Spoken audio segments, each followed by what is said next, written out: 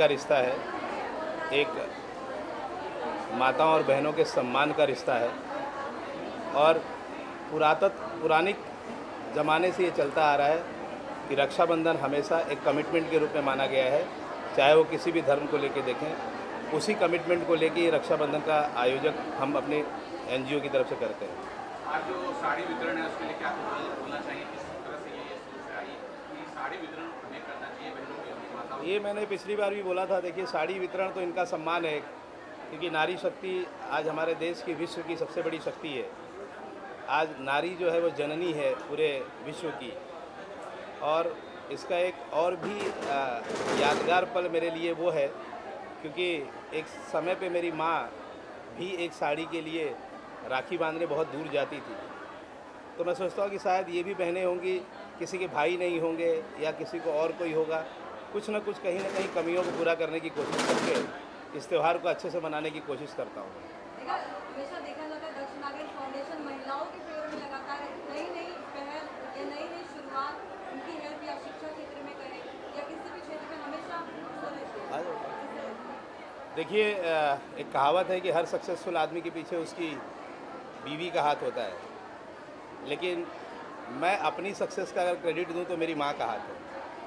तो सबसे पहले मेरी माँ को प्रणाम करता हूं, जिसने मुझे ये ताकत दिया कि मैं इतनी सारी बहनों के साथ बैठ के उनको कुछ देने के काबिल बना। मेरी माँ ने मुझे सिखाया है। देखिए, आज हम बच्चियों को सिखाते हैं कि ऐसे रहो, बच्चियों को सिखाते हैं वैसे रहो, लेकिन हम बच्चों को नहीं, बेटों को नहीं सिखाते हैं।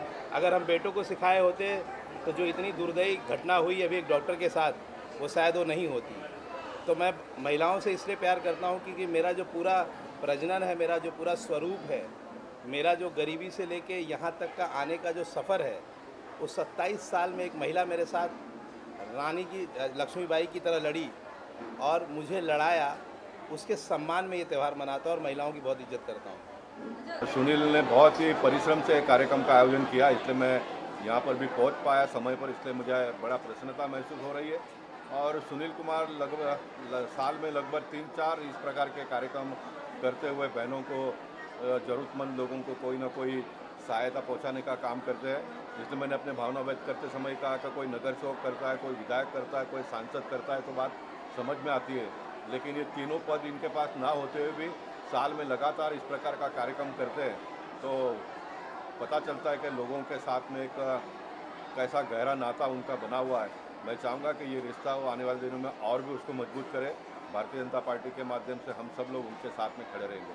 सर, वो अपने माता जी के बाद सबसे बड़े प्रेरणा स्रोत आपको ही मानते हैं? ये मेरा भाग्य है कि मुझे सामाजिक क्षेत्र में सभी लोगों ने अपनाया है और मैं चाहूँगा कि जो प्रेम उनके बारे मन में, बड़ी खुशी की बात है, क्योंकि मैं जब स्पीच भी दे रहा था और मैं बाइट भी दे रहा था तो मुझे शेट्टी साहब की बहुत याद आ रही थी, क्योंकि मुझे ऐसे साथ में बैठ के देना था, लेकिन ऊपर वाले की मर्जी है कि वो इच्छा पूरी हो गई। मैं हमेशा इनसे प्रेरित इसलिए रहता हूँ क्योंकि इनके अंदर जो ट्रेमेंडस एनर्जी है, जब ये सुबह 9 बजे ऑफिस से बुलाते हैं तो हम लोग इतना डरते रहते हैं और कितना भी कोशिश करें, लेकिन ये हमसे 5 मिनट पहले ही पहुँच जाते हैं। तो हम लोग को लगता है कि हम लोग इनसे कम से कम 20-25 साल छोटे होते हुए भी इनके पीछे ही दौड़ रहे हैं। लेकिन इस बात का गर्व होता है कि हमारा नेता आज जो 60+ होने के बावजूद भी जवानों को पीछे छोड़ रहा है, और जिसके लिए लोग, जिसके कामों का उदाहरण देते देते आप थक जाओगे। अगर शेट्टी साहब के कामों को गिनने लगे तो हमें कम से कम आधा पौना घंटे का समय चाहिए। लेकिन इन शॉर्ट मैं कहना चाहता हूँ कि we salute, I love him, I respect him and I am really inspired by him and I can say that अगर मुझे भी कभी नेता बनने का ईश्वर ने मौका दिया तो मैं शेट्टी साहब जैसा बनना चाहूँगा। पूरा नहीं भी बन पाया, अगर मैं 4 आना भी किया तो मुझे लगेगा कि मैंने अच्छी राजनीति कर ली है। तो इतने बड़े कार्य सम्राट कहना है कि मैं बहुत लक्की हूँ कि मेरे ऐसे हस्बैंड हैं। आज के टाइम पे ये कहना भी बहुत बड़ी बात है कि सारी लड़कियाँ मेरी बहन हैं। तो मैं बहुत खुश हूँ कि मतलब मैं अपने आप को बहुत सौभाग्यवती मानती हूँ कि मेरे पास ऐसे हस्बैंड हैं। और ये जो कर रहे हैं ना, वो बहुत बड़ा काम कर रहे हैं। मतलब बेटियाँ पढ़ेगी लिखेगी तो कुछ कर सकेगी, उनको दहेज के लिए जलाया नहीं जाएगा, उनके से कुछ गलत नहीं होगा।